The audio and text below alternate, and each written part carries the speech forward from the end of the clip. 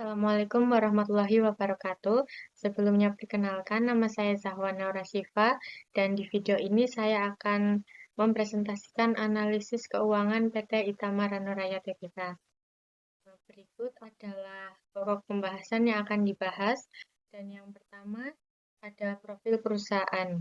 PT Itama Ranuraya didirikan pada tahun 2003 dan resmi mencatatkan saham di Bursa Efek pada Oktober tahun 2019.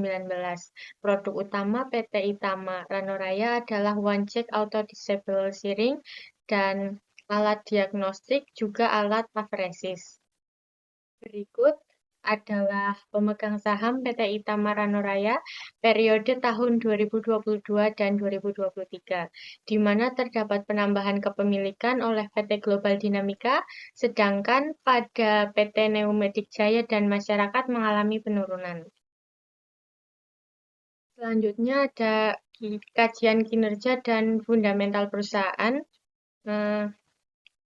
Kenaikan pada NOWC dan TOC dan penurunan pada nilai NOPAT berarti adanya peningkatan kebutuhan modal dan investasi operasional yang menandakan adanya indikasi ekspansi atau kenaikan biaya.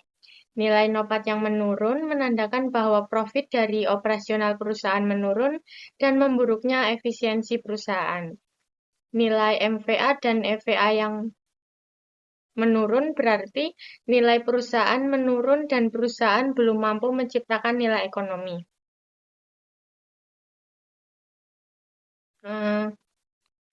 Kemudian pada BEP, ROI, ROE, dan OPM yang menurun menandakan adanya penurunan pada efisiensi biaya, pengembalian investasi, imbal hasil ekuitas, dan margin laba operasional.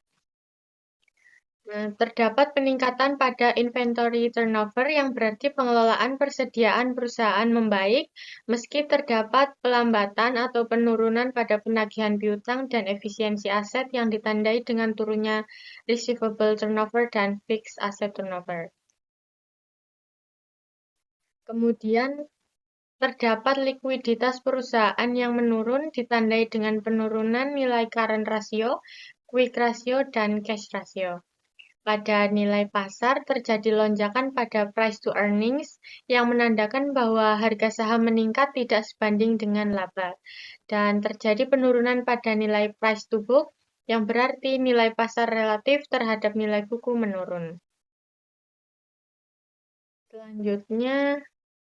Selanjutnya pada kebijakan pendanaan perusahaan terdapat debt to capital ratio yang meningkat.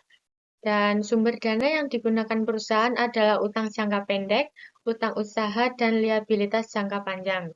Teori yang relevan adalah pecking order teori, di mana perusahaan lebih memilih pendanaan internal.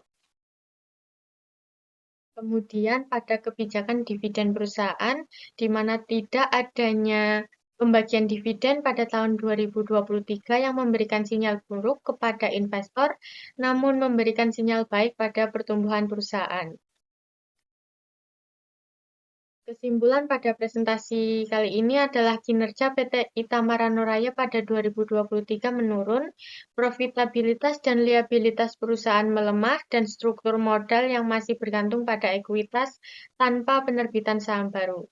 Perusahaan disarankan meningkatkan efisiensi operasional dan mengarahkan strategi keuangan jangka pendek untuk pemulihan kerja dan keberlanjutan usaha. Dan berikut adalah referensi yang saya gunakan dalam presentasi kali ini. Sekian presentasi dari saya, kurang lebihnya mohon maaf. Wassalamualaikum warahmatullahi wabarakatuh.